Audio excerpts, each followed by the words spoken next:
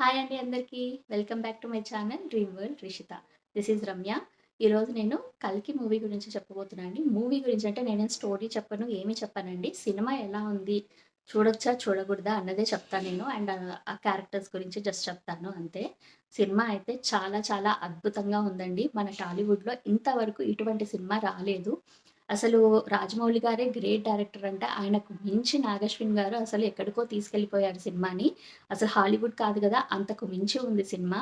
ఆయన విజన్ కానీ, ఆయన రాసుకున్న స్టోరీ గానీ, ఆ క్రియేటివిటీ గానీ, విజువల్ ఎఫెక్ట్స్ కానీ చాలా చాలా చాలా బావున్నాయండి. ఎక్కడ మైనస్ అనడానికి ఏదీ లేదు.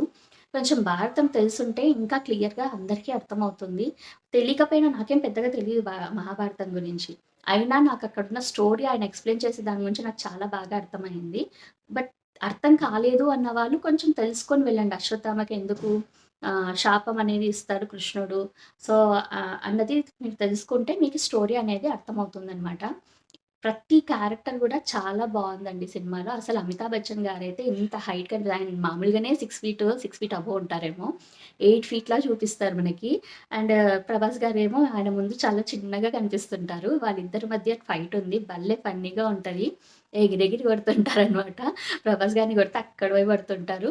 బట్ ఆ టైంలో మనకి అరే! ప్రభాస్‌ని కొడుతున్నాడేంటి అని ఫ్యాన్స్ కూడా ఏం ఫీల్ అవ్వరు. ఎందుకంటే ఆయన కటౌట్ అలా ఉంది. ఆయన కింద ఈయన చాలా చిన్నగా కనిపిస్తాడు. సినిమాటోగ్రఫీ అలా చూపిచ్చారనమాట. సో, అక్కడ ఎక్కడ గూడా మనకి కోపం రాదు. ప్రభాస్‌ని కొడుతున్నారేంటి అని. అట్లా అనిపించదు. మనం ఎంజాయ్ చేస్తాం ఆ ఫైట్‌ని. ఎందుకంటే అశ్వత్థామ మంచి వైపు ఉంటాడు. అండ్ ఇక్కడ మన ప్రభాస్ గారి భైరవ క్యారెక్టర్ అనమాట. ఆయన కొంచెం చెడు వైపు ఉంటాడు. అంటే దీపికా పదుకొన్‌ని తీసుకెళ్ళి వేరే వాళ్ళకిచ్చేయాలి అన్న దాంట్లో ఉంటాడు. అశ్వత్థామ ఏమో దీపికా పదుకొన్‌ని కాపాడుతుంటాడు. సో, మంచి వైపు ఉన్న అతను హీరోగా కనిపిస్తాడు మనకి. ఈయన కొంచెం ఎంతైనా తక్కువ కనిపిస్తాడు కదా! ఈయన హీరో కాదని కాదు. ఈక్వల్‌గా ఉన్నాయన్నమాట. ఏంటంటే ఈయన మంచి, ఈయన చెడు వైపు ఉంటారనమాట. చెడు అంటే అలా అని గాదు. మళ్ళీ కొంచెం సెకండ్ హాఫ్‌లో మనకి 'ప్రభాస్' గారు ఎవరు, ఏంటి అనేది రివీల్ చేస్తారు. సో, నేను అవన్నీ చెప్పదలుచుకోలేదు. నేను ఏ స్పాయిలర్స్ ఇవ్వదలుచుకోలేదు. ఏది క్లియర్‌గా చెప్పదలుచుకోలేదు. సినిమా చూడండి ప్రతి ఒక్కరు. చాలా బావుంది. అసలు మన తెలుగు సినిమాని మనమే కాపాడుకోవాలండి. ఎవరో ఏదో చెప్పారని వెళ్ళకుండా ఉండకండి. మీరు వెళ్ళండి. మీకు నచ్చుతుందేమో చూడండి. మీకు అర్థమవుతుందేమో చూడండి. మీ మైండ్‌కి మీరు పని పెట్టండి. సినిమా చూడండి. ఎందుకు నచ్చదు అన్నది ఆలోచించండి. ఎందుకు అర్థం కాలేదన్నది ఆలోచించండి. ఎవరో బాలేదన్నారు, అర్థం కాదన్నారు అని మీరు వెళ్ళకుండా ఉండకండి. చాలా బావుంది సినిమా. ప్రతి ఒక్కరికి దాదాపు అర్థమవుతుంది. ఇంకెవరికో అర్థం కానిది వాళ్ళ వాళ్ళ మైండ్ సెట్‌కి వదిలేయాలి ఎందుకు అర్థం కాలేదన్నది. దయచేసి నెగటివిటీని మీరు వినకండి. ప్రతి ఒక్కరు వెళ్ళండి. మన తెలుగు సినిమాని రెస్పెక్ట్ చేయండి. అసలు నాగార్జున గారు ఎక్కడో ఉంచారు మన తెలుగు సినిమాని. చాలా బాగా తీశారు. ఆయన ఎఫర్ట్ కోసమన్నా మనం వెళ్లి చూడాలి. టికెట్ ప్రైస్ ఎక్కువుందని ఫీల్ అవ్వకండి. అసలు సినిమా చూస్తే అసలంత పెట్టడం వర్త్ అనిపిస్తుంది నాకైతే. 400 రూపీస్ పెట్టడం పెద్ద కష్టమేం కాదు. ఎందుకంటే ఆయన తీసిన కష్టానికి, ఆయన పడిన కష్టానికి అదేం ఎక్కువ అనిపించదు. నాకైతే అలానే అనిపిచ్చింది. మీరనుకోవచ్చు, మీకేం డబ్బులుంటే మీరెళ్ళండి అని అనుకోవచ్చు. నేననేది ఏంటంటే వెళ్తారో వెళ్లరో మీ ఇష్టం. బట్ 400 పెట్టడానికి వర్త్ అనమాట మూవీ. అంత బాగా తీశారనమాట మూవీ. అన్ని క్యారెక్టర్స్‌ని కూడా చాలా చక్కగా యూజ్ చేసుకున్నారు. ఎక్కడ ఇది బాలేదు, ఈ క్యారెక్టర్‌ని ఎందుకు యూజ్ చేశారు, ఈ క్యారెక్టర్‌కి వాల్యూ లేదు అనేది లేదండి. అందరూ ఏవో రకరకాలుగా మిక్స్‌డ్‌గా చెప్తున్నారు. వీళ్ళవసరం లేదు, వాళ్ళవసరం లేదని. ప్రతీది కూడా స్టోరీకి తగ్గట్టుగానే తీసుకెళ్లారు. అండ్ కొన్ని క్యారెక్టర్స్‌ని ఫన్ జనరేట్ చేయడం కోసమే తీసుకున్నారు.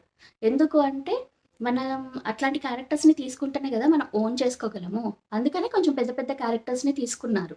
అండ్ సినిమాలోకి మనల్ని తీసుకెళ్ళడానికి ఫస్ట్ హాఫ్ నుంచి చాలా ప్రయత్నిస్తాడనమాట నాగశ్విన్ గారు. అలా మనకి మెల్లగా స్టోరీలోకి తీసుకెళ్ళి సెకండ్ హాఫ్ ఇంక పీక్స్ అనమాట. ఇంక ఇన్వాల్వ్ చేసేస్తారు ఫుల్‌గా. సో, ఫస్ట్ హాఫ్ తీసి పడేయడానికి ఏం లేదండి. ప్రతీది గూడా ఫస్ట్ హాఫ్‌లో మంచిగా ఫన్ ఉంది. అండ్ భైరవ, బుజ్జి మధ్య జరిగే కన్వర్జేషన్స్ బావున్నాయి. ఫైటింగ్స్ చాలా బావున్నాయి. ఫస్ట్ హాఫ్‌లో స్టార్టింగ్‌లో వచ్చే ఫైటింగ్ గూడా చాలా బావుంది. చాలా అద్భుతంగా ఉంది. నాకేం అది తీసి పడేసలేదు. చాలామంది ఫస్ట్ హాఫ్ వచ్చిన ఫస్ట్ స్టార్టింగ్‌లో వచ్చిన ఫైటింగ్ చాలా ల్యాగ్ అని అన్నారు. నాకేం అలా అనిపించలేదు. చాలా బావుంది. చాలా డిఫరెంట్‌గా తీశారు ఫైటింగ్. ఎక్కడ చూడలేదు. అసలు మార్వెల్స్ కాదు గదా! అంతకు మించి ఉంది మూవీ నాకైతే. నా వరకు నాకనిపించిన ఒపీనియన్ చెప్తున్నా అండి. నాకైతే చాలా నచ్చింది. 'దీపికా పదుకొనె' గారు గాని, మన 'అమితాబ్ బచ్చన్' గారు గాని, 'ప్రభాస్' గారు గాని అండ్ అక్కడున్న మధ్య మధ్యలో వచ్చిన క్యారెక్టర్స్ బ్రహ్మానందం గారు, రాజమౌళి గారు, ఆర్‌జీవి గారు, మృణాల్ ఠాకూర్ గారు అండ్ దిశా పటాని అండ్ రాజేంద్ర ప్రసాద్ గారు. ప్రతి ఒక్కరికి ఒక పర్పస్ ఉందండి. ఏది లేదు అనడానికి విజయ్ దేవరకొండ గారు అందరికీ కూడా ఒక పర్పస్ ఉంది. దుల్కర్ సల్మాన్ గారు. ప్రతి ఒక్కరికి ఒక పర్పస్ ఉంది. స్టోరీలో వాళ్ళని చాలా క్లియర్‌గా తీసుకెళ్లారు. సో, మీరు అర్థం చేసుకొని ముందుగానే ఎవరో చెప్పిన మాటలు విని వెళ్ళకండి. మీరు అర్థం చేసుకోవాలి అన్న ఉద్దేశ్యంతో వెళ్ళండి మూవీకి. చాలా ఆయన విజన్ చాలా పీక్స్‌లో ఉందనమాట. చాలా బావుంది మూవీ. సో, ప్రతి ఒక్కరు చూడండి. మన తెలుగు సినిమాని బ్రతికించండి. తెలుగు సినిమాని ఎంకరేజ్ చేయండి. మన డైరెక్టర్స్‌ని అప్రిషియేట్ చేయండి. మనం చూస్తేనే కదా వాళ్ళైనా నెక్స్ట్ ఇంకా చూడాలి అని అనుకుంటారు. సో, ప్రతి ఒక్కరు చూడండి. వాళ్ళని ఎంకరేజ్ చేయండి. ఓకే. సో, ఈ వీడియో గనుక మీకు నచ్చితే please like, share, comment and subscribe to my channel. Thank you so much.